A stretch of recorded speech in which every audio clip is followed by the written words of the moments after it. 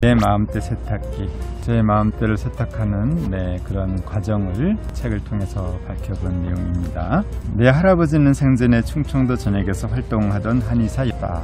우리 할아버지는요, 제가 태어나기 전에 돌아가셨어요. 그래서 직접 뵌 적은 없죠. 그런데 할아버지께서 한의학을 하셨고 또 환자를 돌보시는 정통 한의시다 보니까 저희 그 큰아버지, 아버지께서는 한방의 그런 지식을 그대로 다 전수 받으셨거든요. 하고 저희 가족 가까운 그런 친척 이런 분들에게는 스스로 약 처방을 해서 저도 어릴 때부터 그 한약을 아주 수시로 접할 수 있었습니다. 제가 어릴 때는 그 호롱불의 초가집에서 살았어요. 그래서 제가 초가집의 호롱불 마지막 세대다. 제가 어릴 때는 천장에요, 한약이 이렇게 주렁주렁 달려 있었어요. 그리고 처방할 때 호롱불에서 처방을 하다 보니까 잘 안 보이잖아요. 그러니까 약재를 구별할 때 당귀, 청궁 이런 한약재가 있거든요. 그거는 굉장히 좀 비슷해요. 그래서 썰어 놓으면은 호롱불에는 그것이 구분이 안 돼요. 그러면은 저희 아버지께서 약 처방을 내리고 그 처방지를 쌀 때 보면은 얘야 당귀 가져와, 청궁 가져와 이렇게 말씀하시거든요. 그러면은 그걸 어떻게 구분하냐면은 약재를 이렇게 잡아가지고 코에 들이댑니다. 그러면 냄새가 당귀 냄새와 청궁 냄새가 확연히 다르거든요. 그렇게 해서 코를 맡아가지고 이게 당귀네, 당귀 들이고, 청궁이네, 청궁 들이고 그랬던 기억이 납니다. 그런데요, 제가 이 책은 2013년도에 쓰여졌는데요, 제가 2014년도에 제천시 한방 자연치유센터를 운영하게 되었어요. 그걸 운영하면서 제가 고향이기도 하고 제가 홍보도 할 겸 또 봉사활동도 할 겸 제가 그 청풍면 그 읍내에 있는 모든 시골 마을을 전부 그 순회하면서 제가 무료 진료를 했습니다. 그래서 침도 좀 놔드리고 상담도 해드리고 그랬는데요. 제가 가니까 누군지 제가 궁금하잖아요. 그래서 저는 제 할아버지 이름 팔았어요. 저희 할아버지 성함이 석자 구자 이렇게 되시거든요. 그래서 저 황석구 할아버지, 제가 손자예요. 이러니까 70, 80 이상 된 모든 분들은 다 하시는 거예요. 그러면서 너무 반가워하시는 거예요. 어이구, 할아버지한테 침 맞고 손자에게도 침 맞네 하면서 그렇게 좋아하시고, 그러면서 우리 할아버지 말씀을 많이 해주셨어요. 할아버지가 약을 이렇게 처방해서 내가 병이 좋아졌다 얘기부터 그리고 제가 감사하게도 저희 할아버지께서 지역사회에 굉장히 그 적성을 많이 하셨더라고요. 환자를 볼 때 치료비라든지 이런 거 전혀 신경 쓰지 않고 먼저 돌보셨다고 해요. 그래서 굉장히 감사하다고 늘 이렇게 저한테 이렇게 표현을 해주셨고, 우리 그 마을 분들이요. 그러면서 저를 너무 환대해줘가지고 저는 제가 잃어버린 할아버지를 찾은 기분이에요. 그래서 그것이 굉장히 기뻤습니다. 제가 순회 무료 진료를 하면서 할아버지 얘기를 많이 들으면서 저 할아버지 백으로 굉장히 편안하게 즐겁게 그런 진료를 한 적이 있었다는 거죠. 그래서 제가 할아버지를 아주 느끼게 되었고 너무 감사하게 생각합니다. 하늘에 계신 우리 할아버지 고맙습니다. 저의 이제 제가 이 책을 어떻게 쓰게 됐냐라는 얘기가 나와요. 그래서 저는 정말 어릴 때요. 그 어릴 때가 아마도 초등학교 저학년 아니면 그 이전일 수도 있어요. 제가 그 죽음에 대한 그 두려움이 엄습해 오면서 머릿속이 굉장히 혼란스러워졌어요. 그때 제가 그 이웃 할아버지께서 돌아가셨고, 그 할아버지가 그 당시에 84세에 돌아가셨어요. 그래서 늘 제가 어디 가서도 말씀드리지만은 사람은 84세까지 사는구나 라는 그런 생각을 가지게 되었는데, 지금의 평균 수명이죠. 우리나라 평균 수명이 그 정도 됩니다. 그런데 그 장례 행렬 보면서 누구나 죽는다는 사실을 제가 처음 알게 된 거죠. 그 이후로 죽음에 대한 의문은 내 머릿속에서 풀리지 않는 수수께끼가 되었다. 내게는 죽음이란 해석할 수도 없고 받아들일 수도 없는 세상 그 무엇보다도 강력한 존재였다. 이때부터 무지막지한 두려움이 항상 내 가슴속을 무자비하게 짓눌렀다. 마음병이란 불청객이 나를 쫓아온 것이다.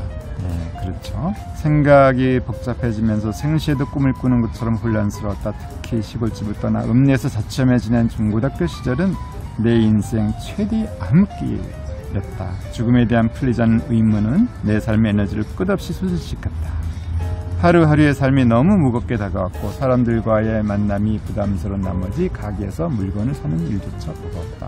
예, 모든 게 부담스러우니까 와, 다 부담스러웠어요. 예, 이 무게 때문에. 그래서 대인관계도 어렵고 탈출구도 없었고, 그러다 보니까 거꾸로 제가 이 심리적인 압박을 피하기 위해서 조금 더 학업에 매진을 했던 것 같아요. 그러다 보니까 이제 성적도 좀 그런 데로 나왔고, 그러다 보니까 저는 상태가 굉장히 안 좋았음에도 불구하고 학교에서는 저를 소위 요즘 말하는 2차 압박이죠. 네, 낙인을 찍는 거 이런 게 없었어요. 쟤는 그냥 조금 뭐 좀 내성적일 뿐이야, 뭐 이 정도로만 넘어간 거죠. 네, 그것이 이제 저를 이제 보호해줬다라고 저도 생각합니다. 우리가 마음병을 앓게 되면은 많은 사람들이 그 자체도 힘들지만은 사람들이 쟤는 왜 이렇게 상태가 안 좋아 이렇게 하면서 그 낙인을 찍을 때 그것이 오히려 더 심한 피해를 주는 경우가 많거든요. 저는 그런 2차 피해, 낙인 찍기가 없었던 거죠. 그런데도 불구하고요, 저는 그 고민에만 처해 있었던 건 아니에요. 마음병 앓는 중에서도 그래도 공부를 해야 됐고, 또 우리 집안 어른들이 이제 가업을 이어야 한다라는 생각, 그런 권고에 의해서 한의학을 하게 되었어요. 그 직접적인 그 계기는 저희 읍내에 있었던 삼성동 한약방을 운영하셨던 저희 이제 오춘 당숙님이죠. 즉 저희 아버지의 사촌 형님이었던 거예요. 그러니까 저희 할아버지가 한의사였고 우리 오춘 당숙님은 한의사는 아니지만 한약방을 운영하셨어요. 예, 그래서 어쨌든 우리 할아버지의 그 한의학을 이어받았던 거죠. 그런데 제가 읍내에 늘 이제 놀러 가거나 이제 시골장에 가게 되면은, 저는 청풍면 강 건너 쪽에 제가 도아리라고 하는 쪽이 고향이거든요. 그래서 신리길에요. 배를 타고 읍내에 가게 되면 가장 먼저 들리는 곳이 바로 저는 아저씨 댁이라고 불렸죠. 그 아저씨는 그냥 일반 우리가 부르는 아저씨가 아니라 진짜 아저씨, 친아저씨였던 거죠. 오춘 당숙님이니까 아저씨 저 왔습니다 그러면은 왔구나 이렇게 얘기하시고, 너는 꼭 커서 경희대 한방과에 입학을 하거라, 그리고 대를 이어라 라고 그걸 수십 번 이렇게 말씀하셨어요. 그래서 저는 그것이 아주 세뇌가 돼 있었던 거죠. 그러다 보니까 이제 한의과 대학에 갈 수 있었던 거죠. 그래서 한의학의 임무는 내게 있어서 봉황을 잡은 것과 같았다. 한의학 속에는 내가 상상한 것 이상으로 무궁무진한 철학과 사상이 듬뿍 담겨 있었다. 그러면서 제가 이제 일례를 이렇게 들었는데요. 이건 재미난 이야기예요. 제가 한의대 본과 2학년 여름방학 시작되기 전에 저희 그부 중에 한 7살 정도 많은 형을 만나게 되었어요. 그 형은 서울대 동양사학과를 졸업하시고 다시 한의대 편입했죠. 얼마나 박식하시는지 아주 말을 너무너무 잘하세요. 아주 사람을 홀립니다. 저 빠져버렸어요. 그래서 그때 카페에서 얘기를 했는데, 그 이야기도 이야기지만은 황제내경을 다 애운다고 하는 거예요. 성경과 같은 그런 걸 다 애운다고 하니까 저는 다 믿었어요. 그래서 그 충격으로 그 형하고 친하게 지내려고 저도 그 여름방학 동안에 황제내경 암기에 들어간 거예요. 그래서 두 달간 그 황제내경만 달달 암기를 한 거죠. 그래서 1편부터 15편까지 눈 감고 애울 정도까지 됐거든요. 그런데요, 형의 아름다운 사기였습니다. 제가 그 형을 만나러 가진 않았어요. 인연이 그냥 거기까지였던 것 같습니다. 어쨌든 우리 그 형님이 저를 기억한다면, 이 유튜브를 통해서 본다면 형 고마워. 형 덕분에 많이 컸어. 그러니까 이 하늘이라는 일들은요, 의외가 많아요. 이렇게 엉뚱한 그 위트와 이런 그 에피소드를 통해서 또 혜택을 입는 경우가 많으니까 인생 참 묘하죠. 그래서 이 내경을 애웠고요. 이름으로 인해 가지고 제 사고가 이제 드디어 저만의 사고에서 벗어날 수 있었던 거죠.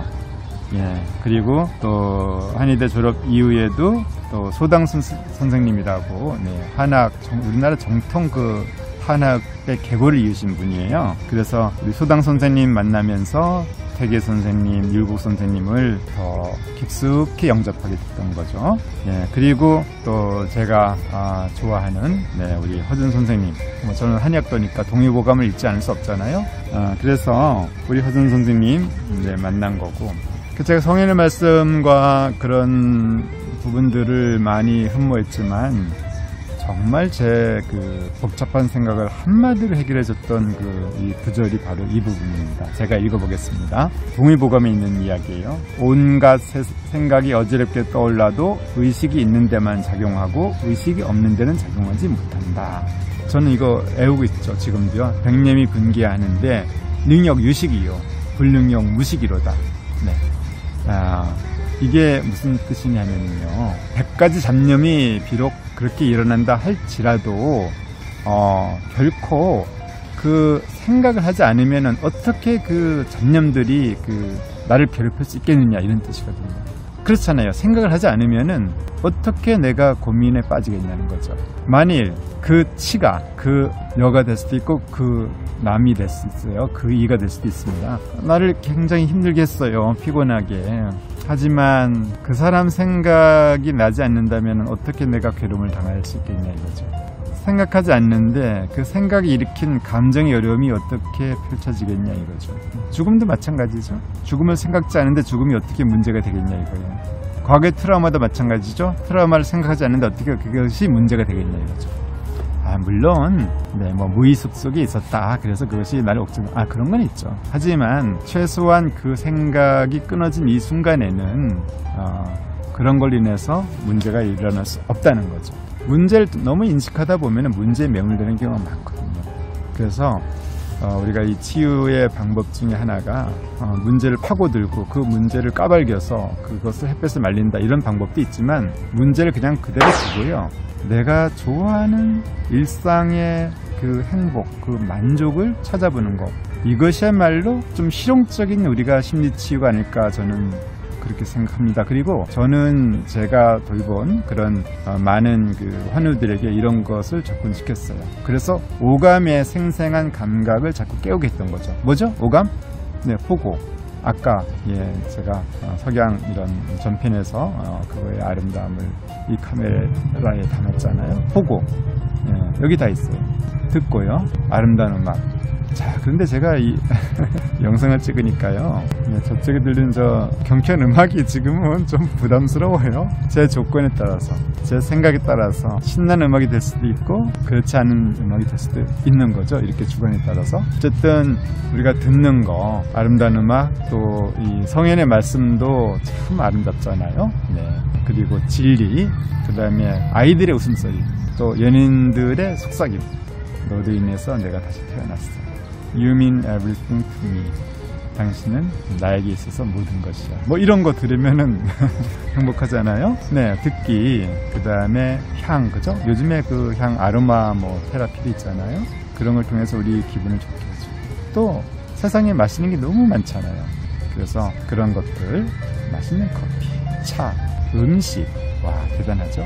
음식 얘기가 나왔으니 말이죠. 좀 우리 인스턴트 식품 많잖아요. 그거는 혀를 즐겁게. 그것도 필요해요. 하지만 그것만 많이 먹게 되면은 그 가공식품들은 결국 내 몸에 해가 되거든요. 너무 많이 드지 마시고 적절히 드세요. 그러나 자연식, 내 몸에 좋은 자연 음식이 정말 맛있어요. 그 맛은 혀에만 느껴지지 않아요. 온몸이 느껴요. 네, 그래서 여러분들 자연 음식, 그런 거 가공되지 않은 식품 잘 드셔보시기 바랍니다. 그리고 또 뭐죠? 오감, 만지는 거. 그래서 손잡아주고 등 두드려주고 옹하고 그런 걸 통해서 우리의 감각이 점점 살아날 수 있겠죠. 그래서 제가 이 구절이 제 번잡한 생각을 일거에 씻어내는 결정타였다, 이렇게 제가 표현했습니다. 뭐냐, 나만의 강박심리. 제가 그렇게 치를 떨었던 죽음에 대한 것도 잘못된 생각에서, 잘못된 판단에서 일어났던 거죠. 죽음에 대한 오해. 그러니까 죽음이 굉장히 무겁게 다가왔던 그것은 죽음에 대한 실체를 보지 못하고 내가 그냥 생각 속에서 만들어낸 허상이었다는 거죠. 그래서 이런 허구성에서 빠져나오니까 집착이 풀리면서 잠자리도 편해지고요.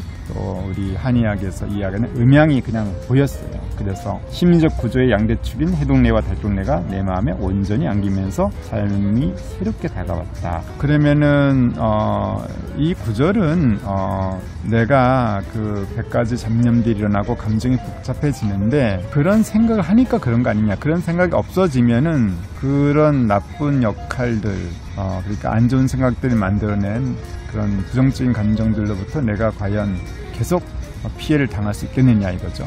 그러니까 생각하지 않는다는 건데요. 그렇게 보면은 굉장히 좀 더 오히려 복잡해지고 어려운 것 같은데요. 그것은 이제 두 가지죠. 착각과 무지의 영역이죠. 착각을 통해서 잘못 생각한 거니까 그 생각이 끊어진 거죠. 착각에서 깨어나면은 끊어지는 거죠. 또 무지라는 것은 몰랐던 걸 아는 거죠. 그래서 마음 공부의 가장 중요한 부분이 이 잘못 알고 있다는 것에서 깨어나는 거죠. 이것이 바로 이 구절과 상통하는 내용이거든요. 그래서 제가 이 책에서 말하는 그 전부가 결국에는 어떻게 착각에서 벗어날 것인가, 그리고 어떻게 내 무지를 깨우칠 것인가에 대한 그런 이야기예요. 그래서 성현의 말씀을 자꾸 읽고 그것을 음미하고 그러면은 자연스럽게 내가 그런 무지와 착각에서 벗어나게 된다는 거죠. 그리고 저에게 이제 아픈 사연도 여기 책에서 소개했어요. 제 여동생이 있었는데 너무나 힘들게 살다가 자의반 타의반으로 그렇게 좀 일찍 이 세상을 뜨게 되었어요. 그래서 제가 굉장히 많이 힘들어하고 괴로워했거든요. 그러다가 어느 날 제가 깨닫게 되었어요. 제가 이렇게 괴롭고 힘들게 사는 것을 내 누이가 하늘에서 본다면은 좋아할까? 아니었더라고요. 제가 그 여동생의 목소리가 들리는 것 같았어요. 오빠, 내 목까지 행복하게 다 살아줘. 이렇게. 그래서 제가 제 동생의 말을 듣고 그날 모든 것을 다 털어냈어요. 네, 그리고 좋아, 내가 너의 목까지 정말 내가 기쁘게 살아줄게. 그러면서 다 털어냈습니다. 네, 그래서 제가 지금도 그 약속을 지키려 하고 있고 지키고 있습니다. 그래서 제 동생 같은 그런 사연들을 지닌 그런 사람들은 얼마든지 많잖아요. 그 사람들이 제 여동생이에요. 그런 마음으로 제가 이 책도 내게 되었고 그런 진료를 하고 있습니다. 지금도 그런 마음을 잘 유지하려고 합니다. 또 이 책을 읽으면서 그런 마음이 또 올라옵니다. 감사하게도요. 나는 왜 옛사람들이 수기치인을 강조했는지 어렴풋이나마 짐작할 수 있었다. 이전에 내가 얻었던 깨달음은 아직 발하지 못한 씨앗이었음을 알게 되었다. 그래서 이제 다시 성현의 말씀이 담긴 경전들과 동의보감에 준거하여 마음병 환우치료에 매진했다. 네, 그러다가 제가 2004년 어느 날 이제 환우가 좋아지는 걸 보고 나서요, 제 스스로 저를 심의라고 이렇게 선언을 했습니다. 너가 무슨 심의야 라고 얘기할 수 있겠지만 저는 그것은 일종의 저의 다짐이었어요. 우리 허준 선생님이야말로 참다운 심의죠. 하지만 제가 허준 선생님의 길을 가겠다. 즉 심이라는 것은 모든 병을 볼 때 마음을 다스리고 마음을 위주로 보는 의륜이거든요. 제가 그 길을 가겠다고 선언한 거죠. 그래서 제가 항상 소개할 때 안녕하세요, 심의 황웅근입니다 라고 이렇게 소개를 합니다. 한류가 엄청 떴잖아요. 음식도 뜨고 음악도 뜨고 드라마, 영화 다 일이거든요. 이제는 우리의 정신문화, 이 치유 문화가 되게 널리 전달됐으면 좋겠어요. 그래서 저와 여러분이 함께 나아갔으면 좋겠습니다. 그래서 이 책에서 꼭 여러분들 우리 성현의 말씀 속에 담겨져 있는 마음대로 씻어내는 그런 세제들 꼭 잘 챙기셔서 본인이 먼저 좋아지시고 또 평화를 주시고 그래서 내 생활이 즐거워지고 내가 행복해지는 이런 거를 체험하신 다음에 우리 세계인의 마음의 평화를 위해서 한번 매진해 봅시다. 아자! 할 수 있습니다. 고맙습니다. 자, 그러면 다음부터 이제 본격적으로 예비 스탁부터 시작합니다. 자, 1일차, 2일차 이런 식으로 진도를 나가겠습니다. 다음에 뵙기로 하겠습니다. 감사합니다. 바이바이.